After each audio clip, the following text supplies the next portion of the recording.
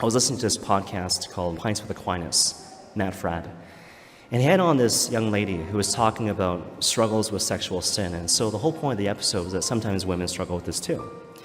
And so the way this young lady told the story, basically she went to Steubenville University, a Catholic institution, and she was doing an oral exam with this professor. And the way she describes it, this guy wasn't just brilliant and amazing in that regard, but also he was very pastoral and holy. So even though it was an oral exam, at the end of the oral exam, she decided to take a chance and just self-disclose about her struggles.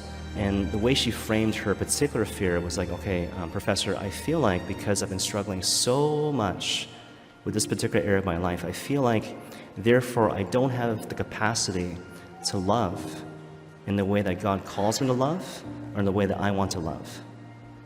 Because I've been struggling so much with this particular area of my life, I feel like, therefore, I lack the capacity to love in the way that God calls me to love and the way that I want to love.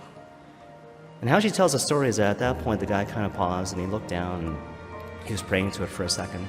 And then he smiled and he looked at her and he said, no, the reason why the devil is attacking you in this particular area of life is not because you lack the capacity to love. It's because your love has the capacity to change the world. And I want you to think about that. All the stuff we're talking about today in terms of like meekness and integrity and discipline, saying no to competing goods, learning to live that life, there is a really steep learning curve. And it can be painful to kind of go through that particular dynamic, but the payoff is huge.